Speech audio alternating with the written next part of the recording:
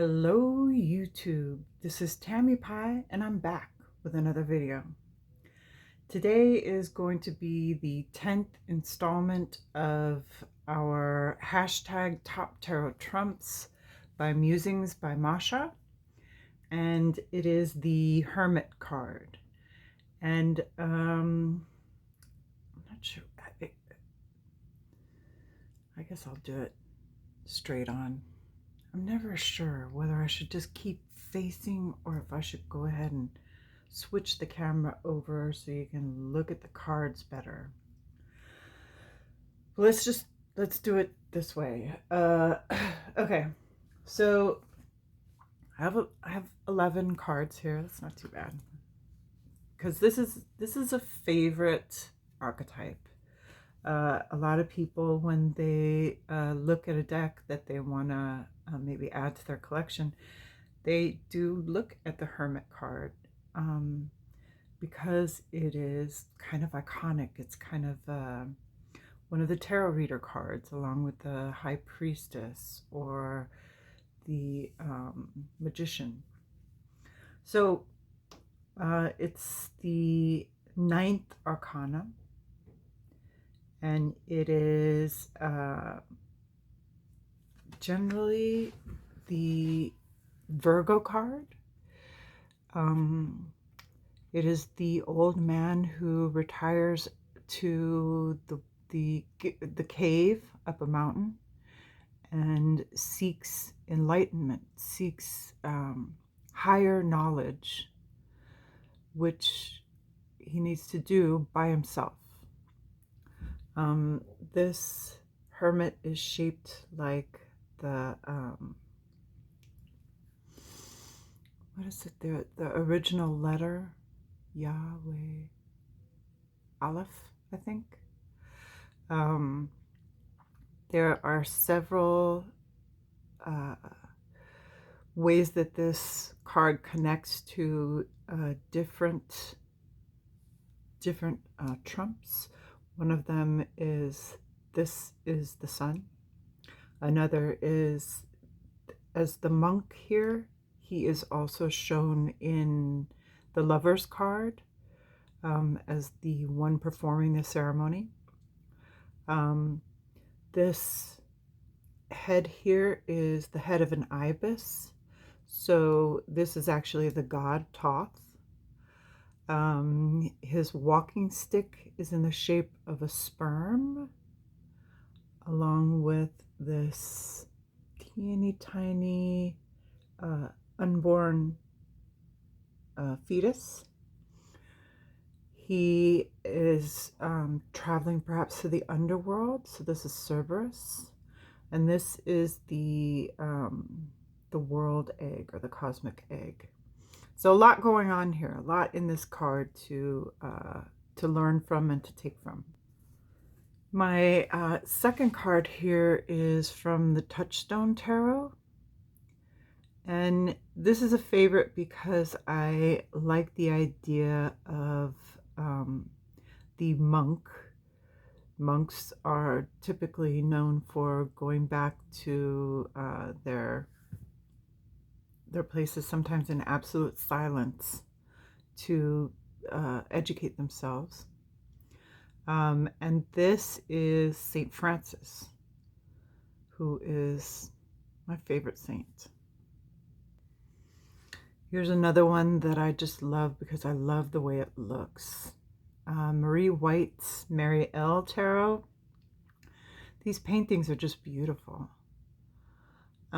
It looks like this monk is perhaps a spirit, which is kind of strange, but he is older. You can tell by his hands.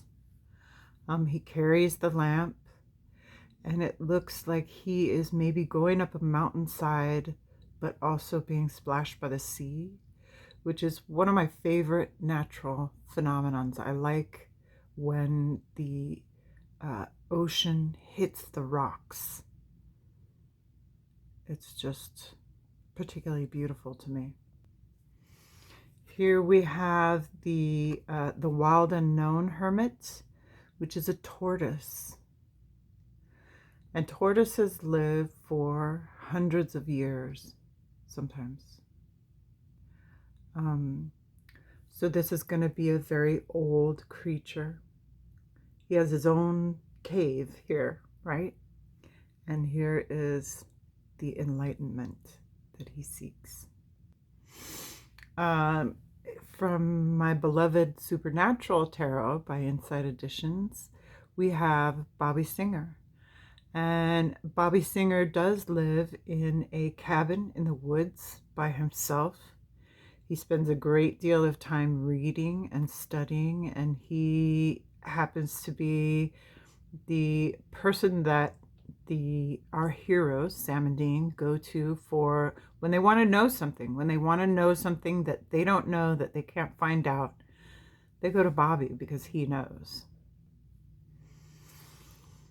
And this is from the Odyssean Tarot by Welkin Publishing. And this is Chiron. And Chiron was unusual even among the centaurs, which were unusual creatures in the first place. The centaurs were usually embattled all the time, kind of very hyper masculine, war-y type creatures. And Chiron was not, but Chiron wasn't really even related to the other centaurs. He was the son of Kronos, I think. He was half-brother to Zeus, and ends up being a extremely learned creature, also a creature that spends a lot of time by himself. And he tutors some very important characters in the Greek myths, and then in the end ends up sacrificing himself to set Prometheus free. This is from the old version of Baba Studio's Fantastic Menagerie, and I really love this little caterpillar slowly cruising along in the jungle of, looks like violets to me. It's just so hermity, right? It's classic. I love it. Here is from the Llewellyn Tarot, by Marie Ferguson, I think. And it's Merlin. It's Merlin, okay? So if you can have a Merlin hermit, you got to have a Merlin hermit. Shiny cardstock. Shit. Sorry. But one of my very favorite books is The Crystal Cave, written by Mary Stewart, I think. And it talks about young Merlin finding a cave where the very back of it, the walls were lined with colorful crystals, and he goes into a trance state and actually time travels and does some really cool stuff that gives you a different layer to the Merlin story.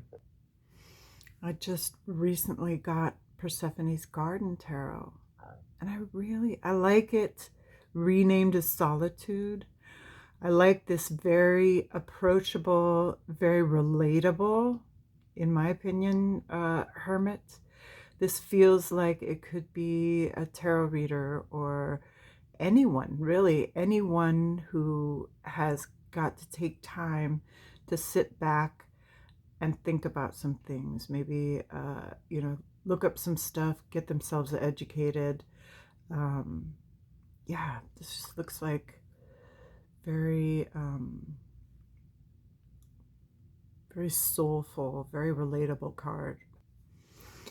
And then this is from my old Daniloff Tarot, and I just love him. He's an old monk. He's not a cave, but you can see he's in like a very small, kind of encased in his place.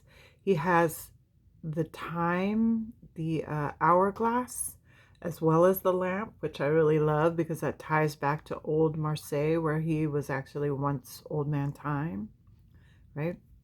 He is, he's got the stars up above him. He's bearded and he's reading an illuminated book. So I really dig this one. And finally, this one had to come out because he just is so beautiful. This is from Mythical Creatures. This is a deluxe edition, so it's a big ass card. But and it's got the metal. Is it gonna show the metal imprint? But this is a dragon, and what does the dragon do? The dragon lives in a cave and collects stuff, and you know, they're very solitary creatures. So as the Hermit in a Mythical Creatures deck, this was a ingenious choice. So those are my 11 favorite Hermit cards, and thank you for coming.